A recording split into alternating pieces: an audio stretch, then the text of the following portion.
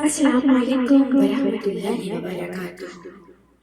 جیسا کہ ہم انسان ہیں، اشرف المخلوقات ہیں، اللہ تعالیٰ نے ہمیں اشرف المخلوقات بنایا ہے، اور یہ اللہ تعالیٰ کا ہم پر بہت بڑا کرم ہے۔ اللہ نے قرآن پاک میں اپنے اور اپنے پیارے محبوب حضرت محمد صلی اللہ علیہ وسلم کی محبت کے بعد اپنے والدین سے حسن سلوک اور ان سے محبت کرنے کا حکم دیا ہے۔ پھر اللہ تعالیٰ نے اپنی عبادات اور اپنے حقوق اللہ اور حقوق العباد کی طرف ہمیں ترغیب دلائی ہے۔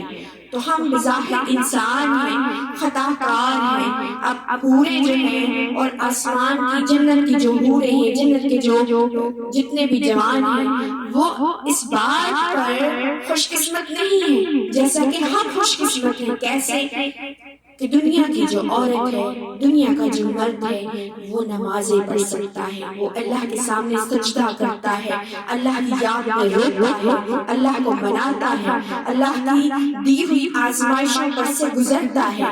اللہ تعالیٰ اس کو دنیا میں عزت بھی دیتا ہے، ذلت بھی دیتا ہے، اس کو مال دے کر، اولاد دے کر، نہ دے کر، چھین کر، ہر معاملات سے اللہ بندوں کو آزماتا ہے تاکہ میرا بندہ صبر اور شکر ادا کرے۔ تو یہ ساری خوبیاں حوروں کو میسر نہیں ہیں، جنت کے تمام جوانوں کو میسر نہیں ہے۔ یہ انسان اشرف المخلوقات کو اللہ تعالیٰ نے عطا کی ہے۔ اور جیسا کہ شیطان نے اللہ تعالیٰ سے یہ عہد لیا تھا کہ میں تیرے بندوں کے دلوں میں نفرتیں پیدا کروں گا، تجھ سے دور کر دوں گا، تو یہ آس پاس ہمارے شیطانوں کے چیلے پھرتے ہیں، دلوں میں نفرتیں وہ پیدا کرتے ہیں، لیکن اللہ واحد و یکتا ہے۔ اللہ فرماتا ہے وَتُعِزُّ مَن تَشَاءُ وَتُذِلُّ مَن تَشَاءُ، جسے اللہ ذلیل کرنا چاہے اسے کوئی عزت دے سکتا نہیں، اور جسے اللہ ذلیل کرنا چاہے اس کو کوئی عزت دلا سکتا نہیں۔ کتنی بڑی بات ہے، عزت بھی اللہ دیتا ہے، ذلیل بھی اللہ کرتا ہے۔ تو ہمارے دلوں میں محبتیں ہم خود نہیں پیدا کرتے، ہمارا اللہ لوگوں کے دلوں میں محبتیں پیدا فرمانے والا ہے۔ جب اللہ کو بندہ پسند آتا ہے، اللہ کو بندے کی ادائیں اچھی لگتی ہیں، اللہ کو بندے کی خلوص نیت اچھی لگتی ہے، اللہ کو اپنے بندے سے محبت ہوتی ہے، تو وہ لوگوں کے دلوں میں محبتیں پیدا فرماتا ہے۔ اللہ فرماتا ہے کہ میں تمہارے ساتھ ہوں، اگر مجھے حامی اور ناصر بناؤ گے تو میں تمہارے ساتھ ہوں۔ تو انسان کبھی بھی اپنے رب سے الگ نہیں ہونا چاہیے۔ میں بظاہر خود ایک ادنا سا بندہ ہوں، لیکن میری ساری امیدیں، سارے معاملات میں نے اللہ کے سپرد کر دیے ہیں۔ اب آپ پر منحصر ہے کہ آپ کے ساتھ کوئی خفا ہے، یا آپ سے کوئی حسد کرتا ہے، یا آپ سے کوئی ناراض ہے، یا آپ کی ترقی پر، آپ کے کسی معاملات پر آپ کا رشتہ دار ہے، آپ کے عزیز و اقارب ہیں، آپ کے دوست احباب ہیں، تو آپ اللہ پر اپنے معاملات کو چھوڑ دیں، کیونکہ دلوں میں محبتیں بھی میرا رب پیدا فرماتا ہے۔ جیسا کہ ہم آپس میں ملتے ہیں تو یہ اسلامی رشتہ اللہ تعالیٰ نے ہمارے دلوں میں میسر کیا ہے۔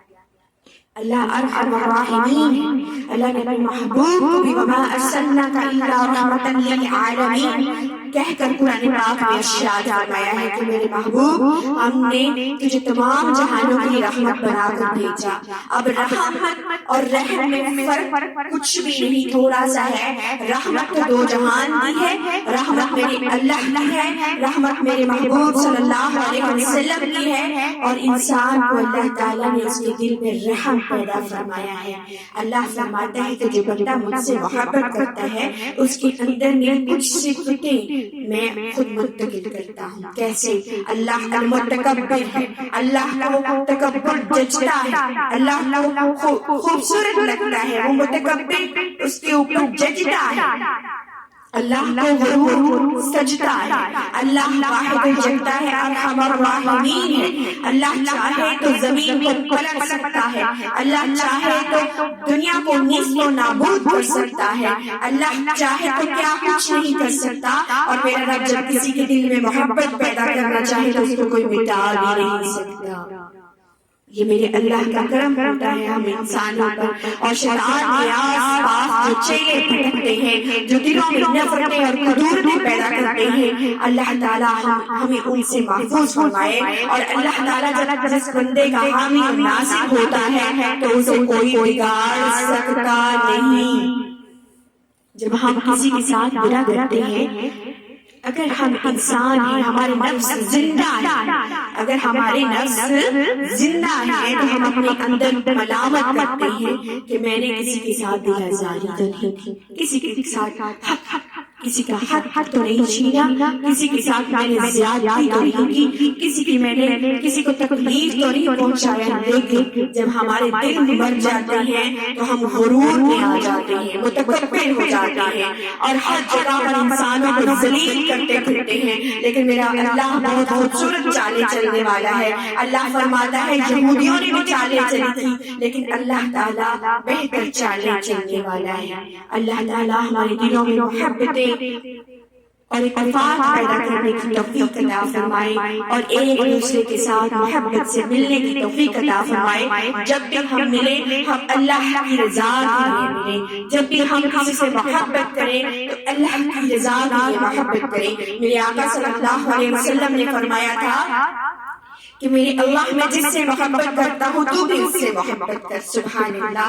تو جب میرا محبوب صلی اللہ علیہ وسلم فرما دے تو آپ یہ سوچیں پھر اس کو کون اس میں بدل کر سکتا ہے. میرا رب بھی اس سے راضی ہوتا ہے، اس سے محبت کرتا ہے، اور جو اپنے معاملات اللہ کے سپرد کر دیتا ہے تو آپ کا کوئی بات بھی باقی نہیں کر سکتا. یہ اللہ تعالیٰ کی ہمیں بتائی ہوئی حدیں ہیں. اللہ فرماتا ہے کہ جو کچھ بھی مانگ مجھ سے مانگو، میں ہی عطا کرنے والا ہوں. تو جو ہم محفلیں سجاتے ہیں، جو ہم ایک دوسرے سے محبت سے ملتے ہیں، خلوص سے ملتے ہیں، تو میرا اللہ خوش ہوتا ہے، میرا اللہ راضی ہوتا ہے اور میرا اللہ فرشتوں کو بھیجتا ہے کہ جاؤ جو جس محبت سے ایک دوسرے سے ملا ہے، جو جس طرح میرا اور میرے محبوب صلی اللہ علیہ وسلم کا ذکر کر رہا ہے، بھلے وہ محفل ہو، قرآن کی تنہائی ہو، بھلے وہ کدھر بھی بیٹھ کر ذکر کرے، تم لوگوں کے دلوں میں اس کی محبت پیدا کرتا. سبحان اللہ. تو میرا اللہ واحد و یکتا ہے، وہ سب کچھ نوازنے والا ہے. اللہ تعالیٰ کی ذات سب سے اعلیٰ ہے. جو اللہ تعالیٰ کو اپنا مددگار بنا لیتا ہے اللہ اسے کبھی گرنے نہیں دیتا، اللہ اسے کبھی گرنے نہیں دیتا، اللہ اسے پل پل سنبھالتا ہے. ہاں آزماتا ضرور ہے میرا رب، لیکن اللہ اس کو سنبھالتا ہے.